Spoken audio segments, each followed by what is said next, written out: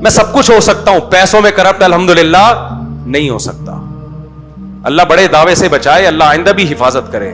پیسوں کے معاملے میں 1 روپے میرے ذمے کسی کا نہیں ہے. لوگوں کے ذمے میرے پیسے ہو سکتے ہیں, میرے ذمے نہیں ہے.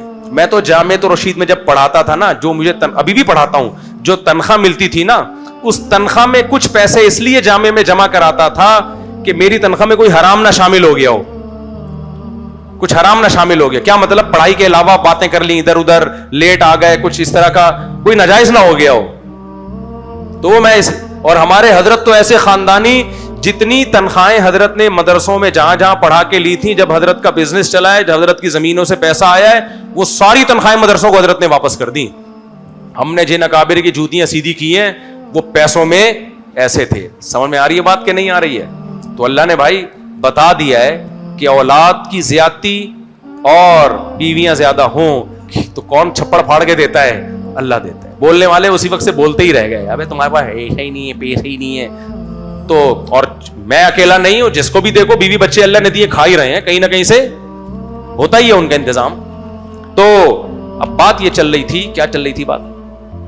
تو انڈیا کی آبادی اب کیا ہونا شروع ہو گئی ہے, کچھ قوموں کی بڑھ رہی ہے, میں یہ نہیں کہہ رہا, لیکن کنٹری کی حیثیت سے آبادی کیا ہو رہی ہے, گر رہی ہے. تو آبادی گرنے سے کیا ہوگا میرے بھائی؟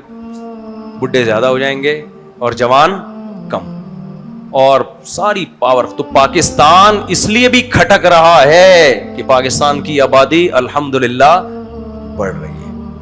اور جب سے میں نے یہ فساد پھیلانا شروع کیا ہے, جو غیر مسلموں کی نظر میں فساد ہے, آبادی کی سپیڈ کی ایسی کی تیسی ہو گئی ہے. اور آپ لوگ ساتھ دو, اس میں بڑھاؤ. ہم مسلمان ہیں, کون کھلاتا ہے؟ اللہ. ہمارے چہروں پہ ہمیشہ خوشی رہتی ہے, کھانے کو مل گیا ٹھیک ہے, نہیں ہے کوئی بات نہیں. ہمارے پیغمبر کی سنت کھانا بھی ہے, بھوکا رہنا بھی ہے. کیا خیال ہے؟ ہم لوگ ان چیزوں کو اتنی ویلیو, ہماری نظر میں انسان کا پیدا ہونا یہ زیادہ ویلیویبل ہے, چاہے اس کا پیٹ بھرا ہوا ہو یا وہ بھوکا ہو. مرتا نہیں ہے انشاءاللہ, اللہ نے رزق کا وعدہ کیا, کوئی نہیں مرے گا. کبھی بھوکا رہ لے گا, کبھی پیٹ. اول تو ہم کبھی بھوکے رہتے نہیں, اللہ کا شکر ہے, زیادہ ہی کھا لیتے ہیں. بعض دفعہ رائزک پڑی ہوئی ہے میری جیب میں, کبھی کبھار کھانی پڑتی ہے, تو ابھی جیب میں نہیں ہے, گھر میں رکھی ہوئی, تو کھلاتا ہی ہے اللہ. کبھی بھوکا رہ لیے تو کیا ہو گیا یار؟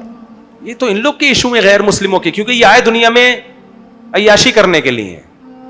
ہم کہتے ہیں بھائی انسان پیدا ہو, مسلمان پیدا ہو, یہ زیادہ اہم بات ہے کہ زندگی کی نعمت ملے. یہ کائنات بنی انسانوں کے لیے, جانوروں کی نسل کو کنٹرول کرنے کا ہمیں اجازت ہے, کیونکہ ہمارے ماتحت ہیں. ہم نسلوں کو کنٹرول, ہماری کون کنٹرول کرے گا؟ اللہ. اس پہ چھوڑ دو, جتنے اس نے پیدا کرنے دو. جانور ہمارے غلام بنائے ہیں, ہم ان کو کریں گے, ہم پر نہیں ہوگا, ہم پر اللہ ہے. اللہ جب کہے گا کہ روکو تو روک دو, اللہ کہے گا نہیں تو پھر نہیں ہے. تو اللہ نے نہیں ایسا کچھ کہا کہ روکو, اللہ نے بلکہ ہمیں اس کے خلاف کہا. اللہ نے کہا وَقَدَّرَ فِيهَا أَقْوَاتَهَا, زمین کو جب میں نے بنایا تو میں نے زمین میں جتنے انسانوں نے آنا تھا ان کی ضرورتوں کی مینجمنٹ پہلے سے کر لی تھی. آپ مجھے بتاؤ, آپ نے 10 آدمیوں کو گھر میں بلانا ہو تو دعوت کھانا کتنوں کا پکاتے ہو؟ 15 کا. تو اللہ نے قیامت تک جتنے انسان پیدا کرنے ہیں نا, ان کی ضروری وسائل کا پہلے سے انتظام کر لیا ہے. تو جتنے پیدا کرنے ہیں نا, اس سے 1.5 گنا زیادہ کا ہی کیا ہوا ہوگا اللہ نے. اس لیے یہ بے وقوفوں کی باتیں ہیں. وسائل کم پڑ رہے ہیں, کوئی نہ پانی دنیا میں کم ہو رہا ہے, نہ پیٹرول کم ہو رہا ہے. اگر پیٹرول کم ہو رہا ہے تو دوسری ٹیکنالوجی دریافت ہو رہی ہے, سولر پہ آ رہے ہیں لوگ. ایک ٹیکنالوجی ختم ہوتی ہے, اس سے زیادہ ایڈوانس ٹیکنالوجی اس کی کمی پوری کر دیتی.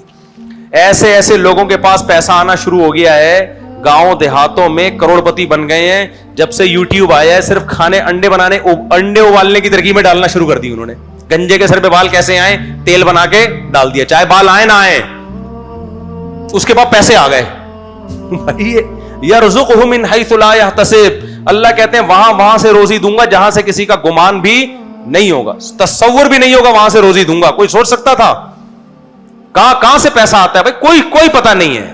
یہ چھوڑ دو اللہ پہ, کھلانے والا بھی اللہ, پلانے والا بھی اللہ. تو یہ لوگ تو مانتے نہیں اللہ کو, تو ان کو کرنے دو. انہوں نے اپنے پاؤں پہ, اب جرمنی اتنا پریشان ہے, فرانس اتنا پریشان ہے, ناروے اتنا, 20 لاکھ روپے ناروے میں ایک بچے کو, پاکستانی 20 لاکھ, آج سے 4-5 سال پہلے.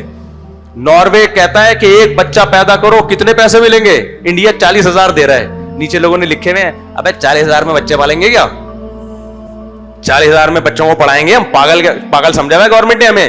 انڈیا کہے گا میں 40 لاکھ تو دینے سے رہا, یہی کہے گا نا. ناروے میں 5 سال پہلے 20 لاکھ, اس کا مطلب آج کل پاکستانی 30 لاکھ. ایک بچہ پیدا کرو, ناروے کہتے ہیں 30 لاکھ دوں گا. ایسا نہ ہو آپ سب ناروے پہنچ جائیں. وہ کہتے ہیں وہاں کے نیشنل, کہہ رہے ہیں ہم نے اپنی قوم کو بڑھانا ہے, دوسروں کی قوموں کو نہیں. کہہ رہے ہیں ہماری قوم, ان کی قوم کہہ رہی ہے تو 30 لاکھ نہیں 30 کروڑ بھی دے گا ہم نہیں پیدا کریں گے. کیونکہ عورتوں کو جب ایک دفعہ یہ بتا دیا جائے نا بچہ پیدا کرنا تمہاری صحت کے لیے نقصان دہ ایک عذاب ہے, پھر وہ نہیں آتی اس پہ. اب ان کا دماغ خراب ہو چکا ہے, کہیں گے ہمیں نہیں چاہیے, 30 کروڑ بھی دے دو نہیں چاہیے ہمیں. اس لیے قرآن نے عورت کو پہلے سے ہی بتا دیا یہب لمن یشاء, یہ اولاد نعمت ہے, یہ عذاب نہیں ہے. نعمت تو جتنی زیادہ ہو اچھا ہے. کیا خیال ہے؟ تو ہماری جو مسلمان عورت کو تو یہ بتایا بھائی یہ تو اللہ کی نعمت ہے, تمہاری خوشیاں ہیں. خدا کی قسم عورت کے لیے بچے سے بڑی کائنات میں کوئی نعمت نہیں. اپنی بیوی کو دیکھا کرو, اپنے بچوں کو دیکھ کے کیسے خوش ہوتی ہے. وہ تمہیں بھی لفٹ اس لیے کرا رہی ہے کہ اس کے بچے کے باپ ہو تم. ہماری جو تھوڑی سی عزت گھروں میں ہو رہی ہے نا اس چکر میں ہو رہی ہے. ہم لوگ اپنے بیگموں کے بچوں کے کیا ہیں, باپ ہیں. نہیں ہوتے نا تو دیکھتے ہمارا حشر کیا ہوتا. کالیا آگے چلو, زیادہ ہو گئی, آگے چلتے ہیں میرے بھائی. یوٹیوب پر نرسری کے بچوں میں کارٹون کے ساتھ یویم بنانا چاہ رہا ہوں. کیا ہے بھائی؟ پویم بنانا چاہ رہا ہوں. نرسری کے بچوں کے لیے کارٹون کے ساتھ پویم بنا لیں یار, اس میں کوئی حرج نہیں. مفتی صاحب میں شادی تو بچے وسائل کی کمی ہے, اپنی ذاتی شادی کی ضرورت ہے. میں بہت ڈپریشن میں ہوں. بات ان کی یہ ہے کہ غریب آدمی ہیں, دوسری شادی کرنا چاہتے ہیں, نہ گھر دینے کے لیے بیوی کو, نہ خرچیں دینے کے لیے, کچھ بھی نہیں ہے بیچارے کے پاس, صرف جذبے اور امنگیں. آپ مشورہ دیجئے میں کیا کروں. آپ دوسری شادی کریں لیکن کوئی رشتہ دے گا نہیں آپ کو. بھائی اسلام میں ہر ایک کے لیے دعوت ہے, غریب کو بھی حکم ہے کرو بھائی, تم کر سکتے ہو تو کر لو, لیکن سوال پیدا ہوتا ہے آپ کو دے گا کون. بس یہ ہے, تو آپ کریں, آپ 4 کریں, لیکن مسئلہ سب سے پہلے یہ ہے کہ جہاں بھیجو گے بولیں گے بھائی کہاں رکھے گا, تو ان کو تو یہ شریعت نے رائٹ دیا ہے. دیکھو عجیب بات ہے, اللہ نے مرد کو حکم دیا غریب ہو تو بھی کرو. کیسے زبردست تعلیم ہے. تم ٹرائی کرتے رہو, ہو سکتا ہے کوئی تم سے بھی زیادہ غریب ہو, لیکن عورت کو حکم دیا کوئی نکاح کا پیغام بھیجے تو دیکھ لو کہ تمہاری مالی حیثیت کے حساب سے افورڈ بھی کر سکتا ہے. نہیں, قرآن میں آتا ہے فقیر ہوگے اللہ اپنے فضل سے غنی کر دے گا, نکاح کرو. لیکن عورت کو کیا حکم ہے؟ ایک صحابیہ نبی کے پاس آئیں, یا رسول اللہ حضرت معاویہ نے نکاح کا پیغام بھیجا ہے. آپ نے فرمایا سعلوک لا مال لہ, معاویہ غریب آدمی ہے, اس کے پاس پیسہ نہیں ہے, دیکھ لو گزارا کر لو گی. تو ان کا مطلب یہ تھا نہیں بھائی نہیں کرنا. ایک صحابی انہوں نے کہا کہ یا رسول اللہ ابو الجہم عرب کے سردار ہیں, انہوں نے بھی نکاح کا پیغام بھیجا ہے. آپ نے فرمایا لا یضع عصاہ عن عاتقہ, ہر وقت کوڑا ان کے کندھے پہ لٹکا رہتا ہے, یعنی مار کٹائی والے, طبیعت میں شدت ہے. تو انہوں نے پھر نہیں کیا وہاں. پھر کس سے کروں؟ آپ نے فرمایا زید, اسامہ بن زید حب رسول اللہ, جو آپ کے منہ بولے بیٹے تھے. تو اس سے بھی پتہ چلتا ہے کہ رشتے کراتے ہوئے غیبت بھی جائز ہے. اگر کسی میں کوئی عیب ہو, آپ سے کوئی مشورہ لے رہا ہے تو بتا دینا چاہیے. آپ جس سے یہاں نکاح کا پیغام بھیجا ہے سٹے لگاتا ہے, وہ احتیاط کریں, تو یہ غیبت نہیں کہلاتی. تو نبی نے بتا دیا کہ وہ شدت ہے ان کے, عورتوں پہ بہت سخت ہیں وہ. اور حضرت معاویہ کے بارے میں بتایا سب کچھ ہے لیکن پیسے نہیں ہیں. تو اس لیے اگر کوئی لڑکی کسی رشتے کا انکار کرے پیسے نہ ہونے کی بیس پہ, اس میں کوئی حرج ہے نہیں. لوگ اس پہ بہت سیخ پا ہو جاتے ہیں, مجھے آ کے کہہ رہے ہوتے ہیں اسلام میں تو پیسے کی کوئی ویلیو نہیں ہے. میں نے کہا تیرے بیٹی کے لیے جب تیرا رشتہ آئے گا نا, تو بھی اس کو کہنا کہ پیسے بالکل بھی نہیں ہے, یہ لے جا تو, کوئی بات نہیں. رکھے گا کہاں؟ فٹ پاتھ پہ, کوئی بات نہیں. بندہ شریف ہونا چاہیے بس بھائی, بندہ بھی شریف ہو تبھی تو شریعت میں کفو ہے. لڑکی کا نکاح اس کے اسٹینڈرڈ کا ہوگا. یہ نہیں ہو سکتا کہ آپ بالکل کسی لو کوالٹی کے گھر میں رہتے ہیں اور پیغام بھیجنے 1000 گز کے بنگلے میں ڈیفینس میں کہ مجھے وہاں شادی کرنی ہے. ایک بھنگی سے کسی نے پوچھا تو شادی کیوں نہیں کرتا؟ اس نے کہا بادشاہ کی بیٹی سے کروں گا, میرا معیار بہت اونچا ہے. اس نے کہا بادشاہ تجھے اپنی بیٹی دے گا کیوں؟ کہہ رہا ہے دے دے گا, آدھا کام ہو گیا آدھا رہ گیا. بڑا حیران ہوا یار آدھا کام بھی کیسے ہو گیا. اس نے کہا ادھر سے ہاں ہو گئی ہے, ادھر سے قبول کا انتظار ہے. ہاں تو ہو گئی ہے, آدھا کام ہو گیا ہے, آدھا. اللہ بندیالوی صاحب واقعہ کربلا پر ریسرچ پر کچھ کلمات, موجودہ ریسرچ پر کچھ کلمات. میں نے ان کا بیان سنا نہیں ہے, لیکن اتنی بات ہے عطا اللہ بندیالوی صاحب بہت بڑے عالم ہیں اور اللہ نے ان سے دین کی بہت خدمت لی ہے. اگر آپ کو ان کی کربلا کی تحقیق سے اختلاف ہے تو آپ علمی انداز میں بیان کر دیں. ایک تاریخی واقعہ ہے نا, تاریخی واقعے میں کوئی کچھ طرح سے بیان کرے گا, کوئی کسی اور طریقے سے. اس میں اتنا ایگریسو کیوں ہو جاتے ہو, بات اصل میں ہی ہے. میرا نام عمر فاروق ہے, میں مبارک پور سے ہوں. میرا سوال یہ ہے کہ میں لڑکی سے شادی کرنا چاہتا ہوں. الحمدللہ لڑکی سے شادی کرنا چاہتے ہیں. آپ کو یہاں اس بات کا اندازہ نہیں ہے, باہر ملکوں میں جب کوئی کہتا ہے نا میں لڑکی سے, تو لوگ کہتے ہیں اچھا اس کا مطلب ہے کہ یہ وہ نہیں ہے, گے نہیں ہے. ویری گڈ, زندہ باد. تو یہ بڑی بات ہے. یہاں باہر ملکوں میں ایسا نہیں ہے. وہاں بیٹا باپ سے پوچھ رہا ہوتا ہے تیرے لیے جو میں لے کر آؤں. ہمارے یہاں تو بہو آئے گی نا, بیٹے کے لیے کیا آئے گی, اپنے لیے بہو آئے گی, بیٹا ہے تو, اور بیٹی ہے تو کیا آئے گا, داماد. وہاں گورا کنفیوز ہوتا ہے کہ جو تو لایا ہے کمبخت, اس کو میں بہو بولوں کہ داماد بولوں. اور بیٹی جو لے کر آتی ہے انگریز بول رہا ہوتا ہے یہ اس کو کیا, تو کیا ہے, اس کو میں بہو بولوں کہ داماد. بڑے کنفیوز ہو گئے وہ لوگ. یہ تو اسلام کی برکت ہے, ہم لوگ ہی اور شی میں فرق کرتے ہیں الحمدللہ. جو ہی مکمل ہی ہے, ہمارے یہاں تو ہی 4 گنا ہی ہوتا ہے, وہ تو ہی زبردست قسم کا ہی ہوتا ہے الحمدللہ. میں عمر فاروق ایک لڑکی سے شادی کرنا چاہتا ہوں, اس کا باپ راضی نہیں ہے, کوئی حل نہیں ہے, باپ کو راضی کرو. میں لڑکیوں کو بھگانے کا بالکل قائل نہیں ہوں, بہت سائیڈ افیکٹ ہیں اس کی, لڑکیاں کی بھی زندگی برباد ہوتی ہے اس سے. جتنے لوگ کمبخت لڑکیوں کو بھگاتے ہیں نا, یہ پھر چھوڑتے ہیں بعد میں, اور لڑکیاں بیوقوف بن کے بھاگتی ہیں. وفا کر رہا ہے, کوئی وفا نہیں کرتا, مرد ٹھرکی ہوتا ہے. اور اس عمر کے مرد جو بھگا رہے ہوتے ہیں 20 سال 25 سال کے لونڈے, ان کی ٹھڑک دماغ پہ سوار ہوتی ہے, لڑکیوں کو بھگاتے ہیں. جب اپنی خواہش پوری کر لیتے ہیں پھر ان کو وہی لڑکیاں بوجھ لگتی ہیں. وہ لڑکی نہ اپنے باپ کے لائق رہتی ہے اور نہ سسرال کے لائق, اور پوری زندگی اس پہ دھبا ہوتا ہے سسرال میں بھی کہ گھر سے بھاگی بھی ہے. اور جب اس کی اولاد ہوگی, بیٹی گھر سے بھاگے گی تو کیسے روکے گی اس کو, بیٹی تم گھر سے کیوں بھاگی, امی آپ نہیں بھاگی ہوتی تو میں پیدا ہوتی, تو میں اس لیے بھاگ رہی ہوں کہ اور بھی میری جیسی مارکیٹ میں آئے. اس کو کس بیس پہ روکو گے اپنی ہونے والی بیٹی کو, اس لیے یہ ٹھیک نہیں ہے. ہاں کوئی لڑکی ایجڈ ہو, طلاق یافتہ ہو, بیوہ ہو, اس پہ ظلم ہو رہا ہے, میچور ہے, پھر وہ کورٹ میرج کرے, پھر ٹھیک ہے. لیکن وہ بھی بھاگے واگے نہیں جا کے کہاں عدالت کا سہارا لے. 9 عمر لڑکیاں, 20 سال کی, 22 سال کی لڑکیاں, امیچور, ان کو بھگا کے شادیاں. اور یہ میں آج سے نہیں کہہ رہا, میں 20 سال سے کہہ رہا ہوں یہ بات. لوگ کہتے ہیں کچھ چیزیں ان کے سامنے آئی ہیں, تجربے سے سیکھے. بھائی ہم 20 سال سے یہی بات کر رہے ہیں, لڑکیوں کو بھگانا ٹھیک نہیں ہے.